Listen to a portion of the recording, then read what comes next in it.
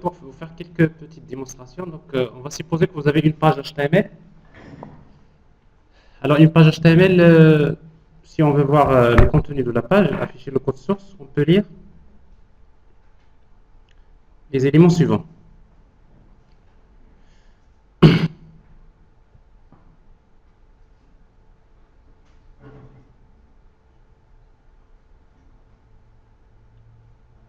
possible de faire comme ça. N'est-ce pas? Alors ce que je lis dans cette page, c'est que déjà, il y a un certain nombre de bibliothèques que je vais utiliser, n'est-ce pas? Alors JavaScript, il y a jQuery, JS, donc ça c'est la bibliothèque principale, c'est-à-dire la bibliothèque jQuery principale, n'est-ce pas? Mais également, il y a les extensions. Notamment, nous allons voir que si vous voulez utiliser, par exemple, créer des animations, créer des panneaux anglais, des menus déroulants, vous aurez besoin de la bibliothèque jQuery User Interface.js.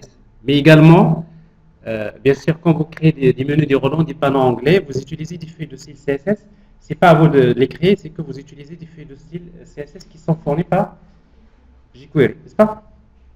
Alors, dans notre page, qu'est-ce que j'ai? J'ai tout simplement body, j'ai un div, un premier div dans lequel j'ai une liste UL avec plusieurs LI, et après vous avez des liens hypertextes, n'est-ce pas? Alors, pour le moment, il n'y a rien dans le lien. Mais le div, je l'ai appelé div list. Mais en même temps, il possède une classe qui s'appelle lien. En fait, la classe CSS lien, c'est moi qui l'ai créée, et dans laquelle je trouve tout simplement, par exemple, la classe lien, la bordure, c'est un pixel dotted black, et après la couleur de l'arrière-plan. Et après, tous les éléments LI de la classe lien, ils vont être affichés avec list style, c'est-à-dire la puce. Parce qu'en fait, list item, vous avez une puce que vous pouvez spécifier. Alors, je vais utiliser un cercle. Et après, tous les liens A, ils vont dans text decoration none, c'est-à-dire que les liens ne vont pas être sélectionnés. Et après, j'ai une classe content dans laquelle j'ai la bordure et je définis la couleur de background. Et je dis par exemple que tous les TH pour les tableaux et tous les TD ils vont s'afficher avec une bordure. Alors ça c'est du CSS, n'est-ce pas? Et après, mon code HTML, il définit donc un div qui s'appelle div list. Et il définit également un autre div qui s'appelle catalogue. Alors avec une classe content. Et après, j'ai un tableau, tout simplement. Un tableau qui contient un formulaire et des données. Purement, c'est du HTML, n'est-ce pas? Alors, l'aperçu de cette page, il est là. Alors maintenant, ce que je veux, c'est que je veux juste expérimenter un peu de jQuery. Alors, c'est pour cela que vous pouvez utiliser, si vous voulez faire quelques expériences, vous pouvez utiliser les outils de développement, notamment de Google Chrome. Alors, les outils de développement, ils vous fournissent une possibilité donc de voir le code HTML, le code CSS, JavaScript de la page. Et surtout, vous avez une fenêtre qui s'appelle console. En fait, cette fenêtre console, si vous voulez écrire du JavaScript directement, vous pouvez le tester à ce niveau-là, n'est-ce pas? Alors, par exemple, nous, on ne va pas écrire du JavaScript, mais on va écrire du code jQuery. Alors, le premier. Alors, par exemple, vous voulez, on veut masquer, par exemple, ce div. Alors, pour le masquer, on va utiliser dièse. On l'appelait list, div list. Et après, on peut utiliser, par exemple, la fonction hide, entrée. Alors forcément, donc le div, il disparaît. Et en même temps, il vous affiche quel est le div, c'est-à-dire qu'est-ce qui s'est passé réellement dans l'arbre. Ce qui s'est passé, c'est que vous avez div, il contient la classe, mais il a ajouté encore style, display, none. Alors si je veux afficher à la place de hide, on va utiliser show. Alors, sauf que parfois, je veux afficher, je veux qu'elle disparaisse en progression. N'est-ce pas? Se font une animation. Alors, on pourra utiliser des animations comme des effets, ce qu'on appelle fade et fade out. Alors, fade out, il vous spécifie la durée du fade out. Par exemple, 1000, ça veut dire une seconde. Alors, vous allez remarquer que il disparaît. Alors, je reprends. Parce que là, on ne le voit plus, n'est-ce pas? Alors je vais réduire cette fenêtre-là. Je peux faire mieux comme ça. Je crois que c'est clair. Alors je vais l'afficher à nouveau. Hein.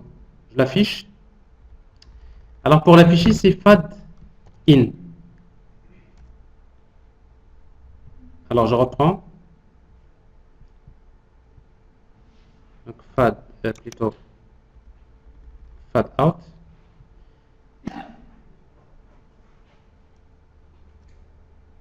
Vous voyez l'effet, n'est-ce pas? Parce que c'est l'effet fad out, c'est-à-dire la disparition en progression. Et fad in, c'est l'inverse.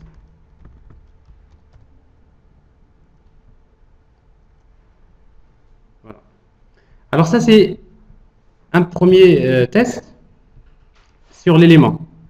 Alors moi, bien sûr, donc ça c'est sélectionné, mais on peut aller plus loin. Par exemple, je décide à un moment donné de changer l'attribut href de tous les liens hypertextes. Alors qu'est-ce qu'on devrait écrire? Parce que vous savez qu'il y a des liens ici, n'est-ce pas? Quand je clique, il n'y a rien qui se passe parce qu'il n'y a pas de destination. Donc on peut utiliser de là à, n'est-ce pas? Si vous mettez tous les liens hypertextes. Mais je ne veux pas tous les liens hypertextes, uniquement les liens qui se trouvent dans ce div. Donc qu'est-ce que je fais? Dièse, div, liste, espace. C'est-à-dire tous les liens. Alors dans ce cas-là, qu'est-ce que je vais faire? Je vais accéder, changer l'attribut. Alors pour changer l'attribut d'un élément, on utilise une méthode qui s'appelle attribut. Et après on spécifie l'attribut, c'est href. Et après on va mettre la valeur. Par exemple, google.com. Alors le fait maintenant de valider ça, alors vous voyez ici, il y a les liens qui ont changé. Alors quand je clique sur le lien, en principe, on devrait avoir, voilà, donc il y a une page, c'est-à-dire vous faites un lien vers google.com. Ici, donc je change dynamiquement la nature du lien hypertexte. Alors encore plus, on peut aller plus loin, c'est-à-dire que je veux, par exemple, supprimer toutes les lignes qui ont été cochées, n'est-ce pas? À un moment donné, j'imagine que vous avez des lignes, on va cocher, et après, quand je clique sur un bouton, je veux supprimer les lignes qui ont été cochées. Alors, qu'est-ce qu'on peut faire? On peut utiliser. Alors maintenant, on va utiliser ce qu'on appelle les pseudo-sélecteurs. Alors, il y a les pseudo-sélecteurs, généralement, ils commencent par 2 points. Alors, si vous mettez 2 points checkbox,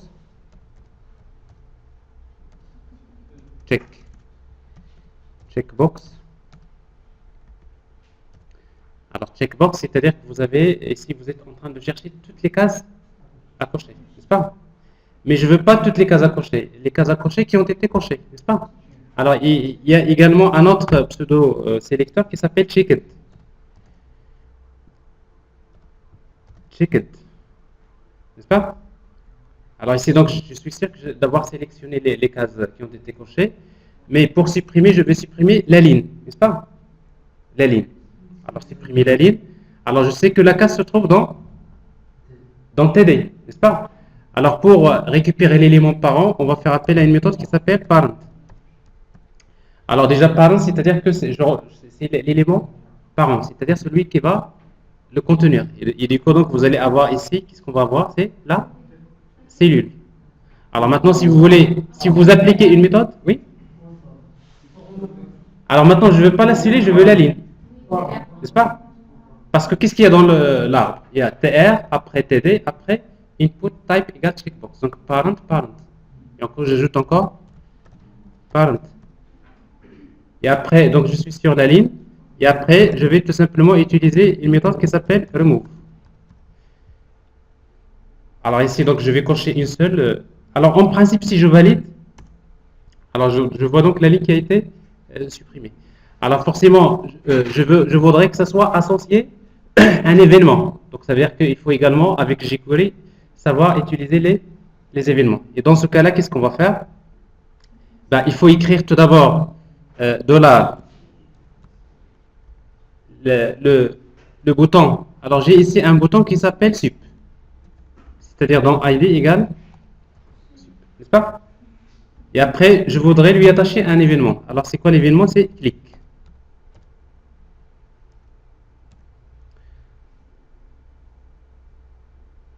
Alors, click. Alors, vous savez qu'en HTML, vous utilisez onClick, onLoad, on, n'est-ce pas?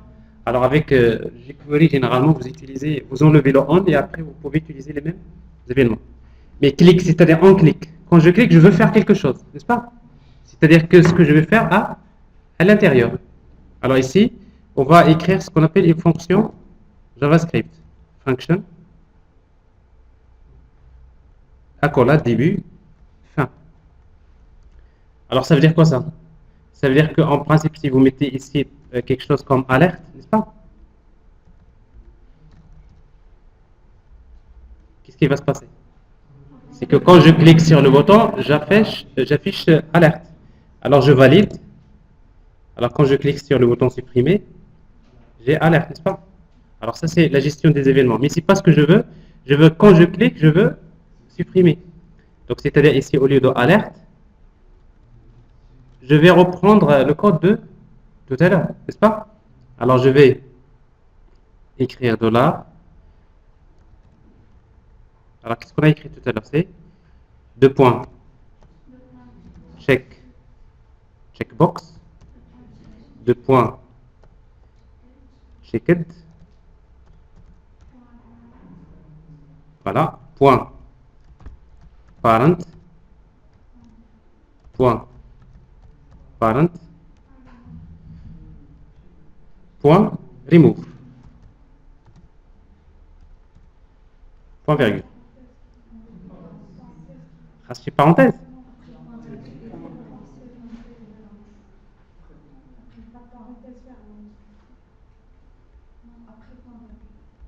Après point virgule. Vous avez compté les parenthèses, bravo. Alors, ici, qu'est-ce qui manque? Hadi. Vous êtes sûr? Hadi, alerte, Hadi. Oui, tout à fait. Oui. Alors, entrée. Alors ici, donc, je viens d'associer le code. Alors, bien sûr, quand je clique sur supprime, alors, c'est pas encore... alors, c'est pas bien fait. Hein. Voilà. Alors, regardez, j'actualise tout d'abord. J'ai la page au début. Je vais reprendre la même. Alors, qu'est-ce que j'ai ici? Check it. Voilà. Check. Checkbox. Alors, je vais cocher, par exemple, je clique sur supprime. Voilà. Donc, ça, c'est un peu de...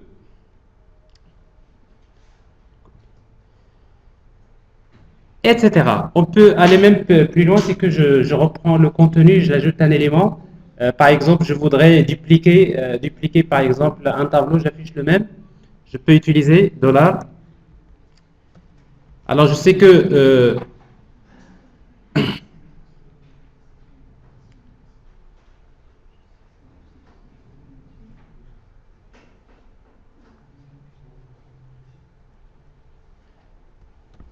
ce div là, le div là où il y a le tableau, comment il s'appelle déjà? Il s'appelle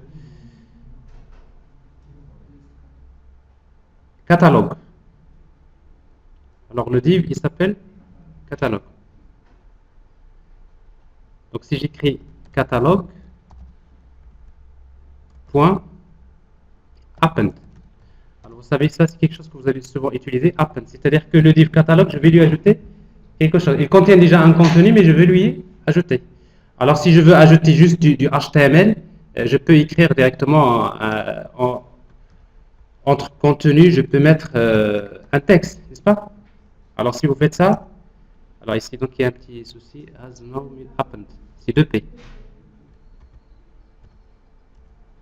Alors qu'est-ce que vous voyez ici? Vous avez un texte qui vient de s'ajouter, n'est-ce pas? Ajouter un élément. Alors moi ce que je veux par exemple lui ajouter une copie du tableau. Bon, à nouveau, maintenant je vais dupliquer le tableau. Alors on va utiliser encore, il faut récupérer le tableau. C'est que $. Alors le tableau, forcément, il se trouve dans dièse catalogue, espace table. On est bien d'accord? Parce que dans le catalogue, j'ai table. Et après ce tableau-là, je vais tout simplement le dupliquer. Alors pour le dupliquer, on va utiliser une fonction qui s'appelle clone. Vous la connaissez? Alors clone, c'est dupliquer, n'est-ce pas? va donc clowner ça. Alors, entrée. Alors, qu'est-ce que je vois ici? Donc, je vois un tableau qui est... Donc, c'est-à-dire qu'en finalement, qu'est-ce que j'ajoute au livre? J'ajoute une copie du tableau, n'est-ce pas? Et on peut encore aller plus loin, aller vers ce qu'on appelle les effets et les animations. Donc, je vais vous les présenter tout à l'heure. Par exemple, vous avez un livre, vous voulez qu'il soit, par exemple, draggable. C'est-à-dire, à un moment donné, vous voulez que, par exemple, déplacer un élément HTML. Vous voulez que l'utilisateur, en fait, positionne ces éléments comme il veut. On peut utiliser des fonctions comme ça. Alors, par exemple, j'ai le div qui s'appelle divList. DivList. Et vous faites tout simplement une méthode qui s'appelle draggable. C'est-à-dire, il devient il devient déplaçable. Alors, ici, donc, je vois, regardez, vous faites le div maintenant, il est relâché, et l'utilisateur, il peut le déplacer comme il veut. Alors, aussi, le div, il peut devenir, par exemple, une boîte de dialogue. Il peut devenir, si vous voulez, vous pouvez l'animer, donc, ce qui fait que vous pouvez maintenant imaginer que avec jQuery, je peux créer une interface dans laquelle je peux pratiquement faire tout ce que je veux côté client. Alors, juste avant de vous faire la suite, je vais présenter d'autres fonctionnalités de jQuery événements. Alors, nous avons ici des exemples, ici des LI. Qu'est-ce qu'on va faire? Alors, je sais que je vais chercher l'élément divList. Je peux mettre espace LI, n'est-ce pas? Ou tout simplement, je vais utiliser la méthode find LI. On est bien d'accord? Alors, j'ai une liste de LI. Maintenant, je vais utiliser l'événement each. Mais l'événement each, pour chaque élément, j'exécute une fonction. Alors, function, il a un paramètre qui représente, pour moi, je l'appelle i, début de la fonction, la fin de la fonction. Pour chaque élément i, alors qu'est-ce que je fais? Donc, je récupère l'objet $10, c'est-à-dire c'est l'élément courant. Pour chaque i, qu'est-ce que je veux faire? Je veux tout simplement changer son contenu. Alors, si vous mettez HTML, et vous mettez par exemple, A plus I. N'est-ce pas? A plus I, ça va faire quoi? A0, A1, n'est-ce pas? C'est-à-dire que pour chaque, je vais mettre A auquel je vais ajouter I. Alors si j'exécute, vous allez voir ce qui se passe. Ici, donc le contenu, c'est A0, c'est A1, A2, etc. Donc, ici, donc je suis en train d'utiliser l'événement each. Alors dans l'exemple de tout à l'heure, j'ai actualisé. On a utilisé, c'est pas A, c'est HTML, c'est toujours l'objet 10.html auquel je vais ajouter now plus i. Bon, c'est des choses comme ça. Et donc, voilà. Alors, je modifie. Donc, j'ai le contenu auquel je vais ajouter quelques traitements. Alors, bien sûr, vous allez vous demander à quoi servent tous ces traitements-là. Et bien, tout simplement, quand vous allez créer des interfaces graphiques web de grande qualité, alors vous devrez puiser sur quelques fonctionnalités comme ça. Alors, encore. Alors, donc, vous avez la page HTML avec voilà, les bibliothèques qu'il faut inclure. Ça, c'est la première des choses. Deuxième, c'est que vous avez un accordion, c'est un div, tout simplement à créer. Et à l'intérieur du div, vous avez le titre. Si on utilise le style H3, mais pour le contenu, on va utiliser un div. Le titre, section 2. Le contenu, c'est contenu section 2. Et après, le seul code JavaScript qu'il faut écrire, c'est $ ici. Alors, quand vous dites $, c'est comme si vous dites onload. C'est-à-dire, c'est comme si vous écrivez $document ready. J'exécute la fonction et après, j'utilise tout simplement ce code-là. $, dièse accordion. Alors c'est ça l'idée. J'appelle la méthode accordion. Alors, on visualise sur la page et ça vous donne ça. Alors, quand vous créez un accordion, vous pouvez également créer d'autres éléments et les voir ici. Donc, les différents éléments qu'on peut utiliser. Alors déjà, il y a l'accordion, mais il y a une autre manière aussi de créer l'accordion. C'est au lieu d'utiliser, ça c'est l'exemple complet, celui que je viens de montrer. Au lieu d'utiliser plutôt H3 div, on peut utiliser que des LI. Du L, LI, je mets le titre. LI, le contenu. LI, le titre, LI, le contenu. Mais sauf qu'il faut faire la différence entre le LI qui contient le titre et celui qui contient le contenu. Alors comment on va le faire? On va créer une classe, vous pouvez l'appeler comme vous voulez. Titre, je l'ai appelé titre, et dans laquelle tout simplement, pourquoi? Parce que quand j'utilise accordion, point accordion, je spécifie un paramètre. L'entête, il va utiliser les éléments LI qui ont la classe titre. Et maintenant, si vous créez la classe titre, vous pouvez par exemple colorer, c'est une manière de vous donner la possibilité de colorer, par exemple, l'élément. Je sais que les LI sur lesquels je trouve, je spécifie l'entête.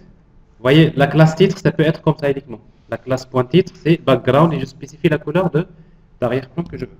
Mais je trouve que cette technique-là, c'est mieux que celle que j'ai présentée tout à l'heure parce que vous avez la possibilité quand même de spécifier facilement les éléments de la liste. Et en même temps, vous personnalisez votre accordion. Alors, les panneaux anglais, c'est quelque chose que vous utilisez souvent. Ils sont très conseillés dans les applications. En fait, un panneau anglais, donc vous avez plusieurs panneaux. Chaque onglet, on va lui mettre un contenu. Alors, pour créer le panneau anglais, c'est très simple. Vous avez div, UL, LI. Et dans les LI, qu'est-ce que je mets? Je mets les titres, les tables. Et après, par la suite, j'ai un ensemble de divs. Chaque div représente le contenu. Alors, ce div-là, c'est le contenu du premier onglet. Alors, ce div, c'est le contenu du deuxième onglet, ainsi de suite. Mais il faut les référencer. Comment? Regardez. Alors, ce div, je l'appelle par exemple X, tab 1. Mais si je mets un lien A-href égale X, ça veut dire quoi? Ça veut dire que quand je clique sur cet onglet-là, en fait, voilà le contenu qui va être affiché. Donc, vous voyez la logique ici.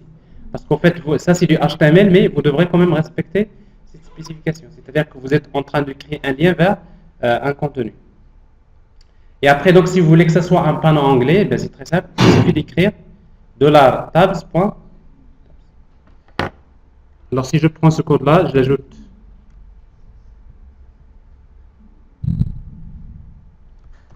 à la même page.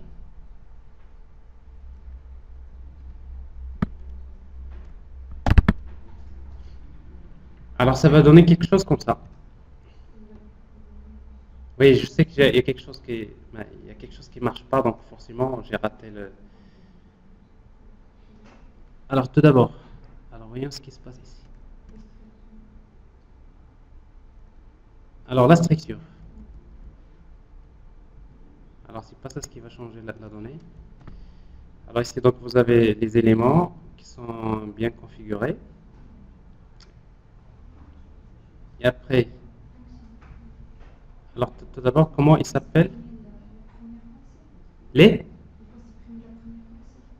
Bon, à vrai dire, on n'a pas besoin d'écrire à nouveau tout ça. CTRL X, n'est-ce pas? Je supprime ce code JavaScript et je l'ajoute dans le même bloc, n'est-ce pas? Parce que ça, c'est onload. Onload, qu'est-ce que je veux faire? Je veux créer un accordion, je veux créer un panneau à onglet. C'est onload. Une fois que la page est chargée, je fais les deux cas.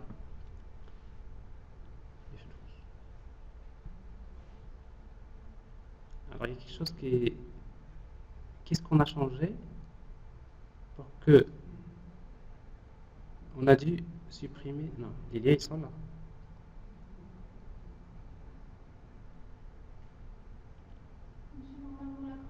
Non, sûrement, il y a une accolade qui a été ratée quelque part. Non? Alors, j'ai tab. Attendez. CTRL X. Alors, j'ai ici, en anglais. F12.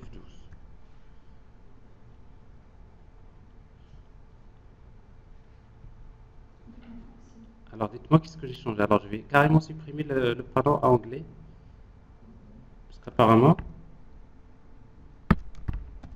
F12, de la fonction. Il y a quelque chose qui manque. De- Il y a quelque chose que je viens de copier. Attendez. Oui, il y a une parenthèse ici de en plus. Voilà ce qui crée le problème. Vous êtes bien d'accord? Alors, vous savez que dans JavaScript, le pire des cas, c'est que quand vous oubliez une accolade, que vous ne fermez pas aux parenthèses, là, vous êtes complètement perdu. Il n'y a rien qui va marcher.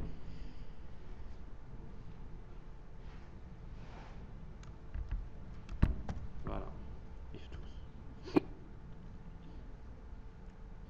Alors, d'un côté, donc, j'ai l'accordion qui est là, et de l'autre, j'ai le panneau anglais.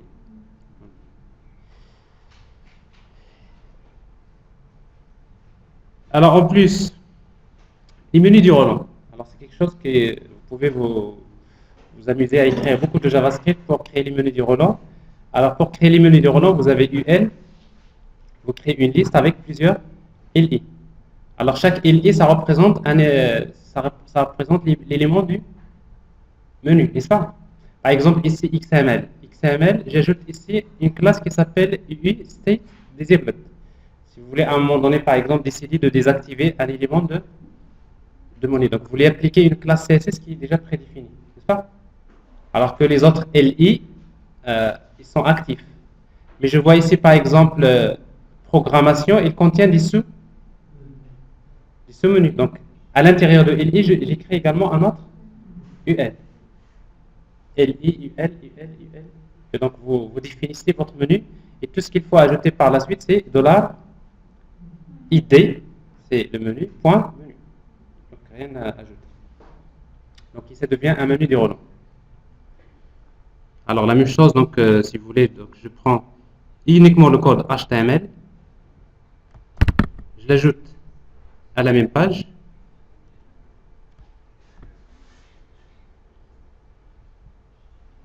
et j'ajoute une seule instruction. Ici, donc, dièse menu, et j'appelle une fonction qui s'appelle menu. Actualiser. Et je trouve donc le menu. Alors, sauf que ici, donc, il a pris toute la largeur. Par défaut, il prend le contenu. Donc, si vous voulez lui spécifier donc, la dimension, vous avez joué sur d'autres attributs ou tout simplement vous ajoutez vos attributs CSS. Alors, ici, donc, je ne vois pas l'autre. Est-ce que vous voyez? Il y a ici une petite flèche, n'est-ce pas? Il y a un autre menu. Mais quand je clique, il y a un autre menu qui est. Alors, sinon, ce que je peux faire, c'est d'utiliser d'autres paramètres. Par exemple, ici, le paramètre width de points, la valeur. Paramètre width de point valeur. La valeur, on va mettre par exemple 300 pixels.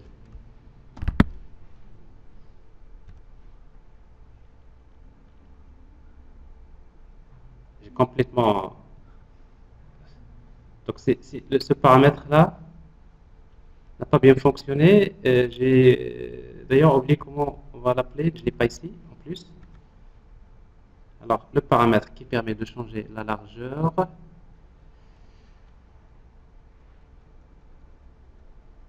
Ben, je vais vous le dire par la suite. Et on peut quand même le faire autrement. N'est-ce pas? Comment on peut le faire? Alors, vous utilisez votre CSS, vous utilisez ici style, l'attribut width égale 300 pixels. Peut-être il faut ajouter px, je ne me rappelle pas. Oui, je crois qu'il faut ajouter px. F12. Voilà. Donc ça c'est le sous. Alors je vais quand même J'insiste quand même, n'est-ce pas? CTRL Z, CTRL Z, CTRL Z. Je crois que ça devrait marcher. PX. Non, non, c'est faux. Donc c'est pas 8, donc c'est pas cet attribut que vous allez ajouter. Il y a d'autres les attributs, donc ils ont un nom, mais il faut consulter la documentation pour spécifier donc la valeur des attributs.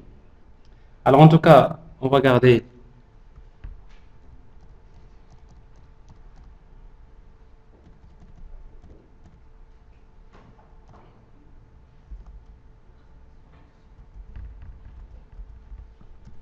donc style, l'attribut 8, c'est 300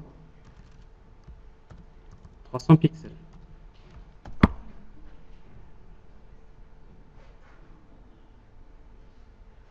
Voilà. Alors encore. Alors vous avez également d'autres éléments. Bah, ça c'est les date picker. Alors vous voulez saisir une date, n'est-ce pas? Alors vous avez une zone de texte. Si vous voulez qu'il y ait un calendrier qui s'affiche. Donc avec jQuery, voilà ce que vous faites. Vous avez une simple zone de texte. Input type égale à texte. Name égale date. ID égale date de départ. Et après, qu'est-ce que vous faites? Ben, tout simplement, vous mettez $, date de départ, point date, picker, n'est-ce pas? Alors si vous faites ça, ça veut dire tout simplement, ben, il suffit de, dans votre page HTML,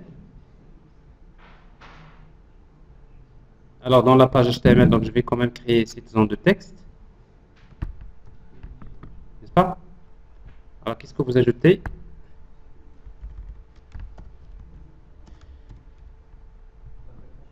Qu'est-ce qu'on va mettre ici? C'est date, départ. La fonction s'appelle date picker. C'est comme ça? Date picker, F12.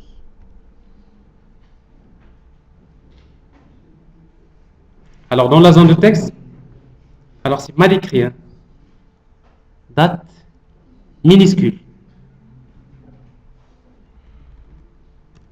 Date picker, F12. Alors ici, donc, je mets le curseur sur la date. Alors qu'est-ce que je vois ici? Donc je vois bien sûr le calendrier qui va apparaître. Alors bien sûr, par défaut, la position, c'est automatique. Quand il voit qu'il n'y a pas d'espace en bas, il l'affiche en haut. Mais souvent, vous pouvez le fixer la position. Vous voulez le mettre en haut, en bas, bah, si vous le laissez automatique, c'est bien comme ça. Alors par défaut également, vous avez un calendrier en anglais, n'est-ce pas? Si vous voulez paramétrer en français, vous avez d'autres paramètres à utiliser. Alors dans nos documents, vous trouverez aussi comment paramétrer date picker en français. Les boîtes de dialogue. Si vous voulez afficher une boîte de dialogue personnalisée, au lieu d'utiliser de simples boîtes de dialogue comme alerte, et donc vous personnalisez. Et dans ce cas-là, qu'est-ce que vous faites? Il suffit donc de créer par exemple un div. Un div, vous l'appelez comme vous voulez, n'est-ce pas? Vous mettez un contenu et après il suffit d'appeler la méthode dialogue. Et automatiquement, ce div-là, il devient une boîte de dialogue.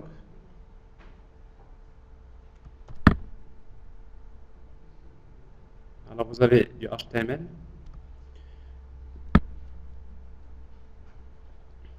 Alors le ITC dialogue. Alors la même chose ici, donc vous allez ajouter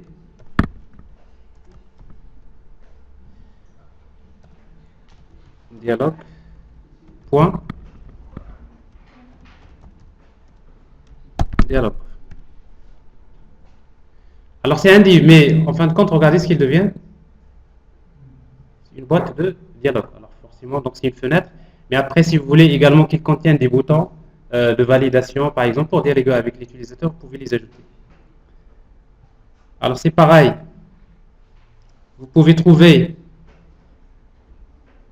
des boîtes de dialogue personnalisées, comme ici. Vous pouvez faire des animations comme les méthodes dont on a déjà vu, ça, show, hide. En fait, il y a la différence. Il y a également l'événement toggle.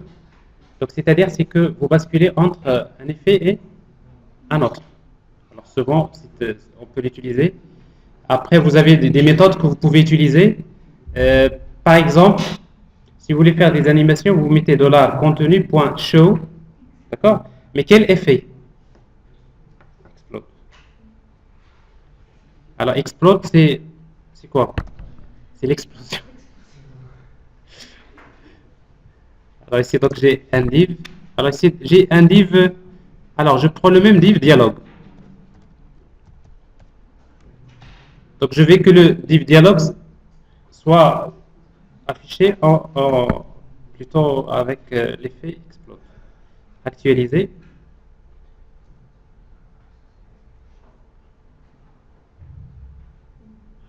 Alors, bien sûr, il faut que ça soit masqué, n'est-ce pas? Il faut le masquer. Point. Hide. À un moment donné, il est masqué. C'est-à-dire, vous voulez l'afficher, mais avec un effet.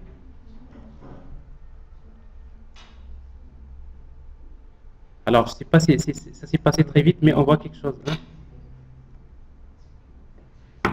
Il faut le refaire. Hein. Il faut le refaire avec des paramétrages, la durée. Avec des paramétrages, vous pouvez le paramétrer. Alors, vous avez des exemples d'animation. Vous trouverez l'animation des couleurs. Vous trouvez également des exemples pour l'animation des couleurs. Mais également, quelque chose que j'ai sauté, c'est quelque chose d'intéressant, c'est autocomplète.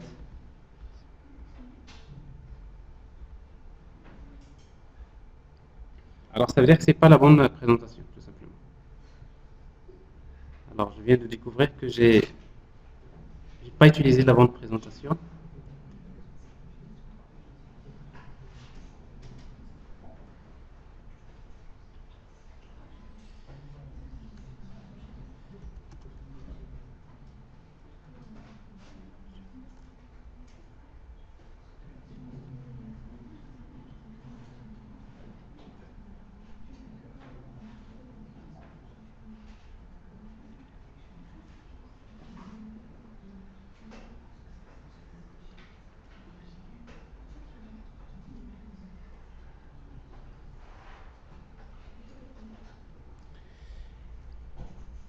Alors, il y a quelques éléments en plus par rapport à tout à l'heure.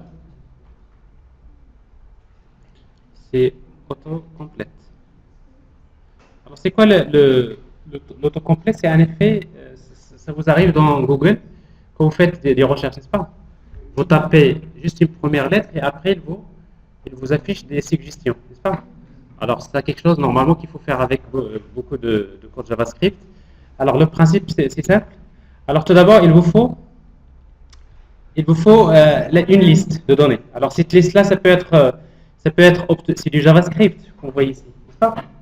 Je crée une liste JavaScript dans laquelle je mets par exemple un ensemble de mots-clés, n'est-ce pas? C'est une liste, c'est un tableau que je crée. Mais en principe, cette liste-là, ce qui est intéressant, c'est que cette liste, il devient. Normalement, il faut envoyer une requête vers le serveur, vous récupérez le JSON. Vous savez, avec du JSON, il devient automatiquement un tableau. Côté JavaScript. Donc, on va bénéficier beaucoup du côté, donc, quand je reçois du JSON, il devient du code JavaScript. Alors, si vous voulez que ça soit maintenant, vous voulez lui affecter plutôt le comportement autocomplète, et vous lui donnez comme paramètre source de compte. Donc, cette liste-là, donc c'est une liste statique pour le moment, mais ça peut être une liste qui va être récupérée à partir du serveur.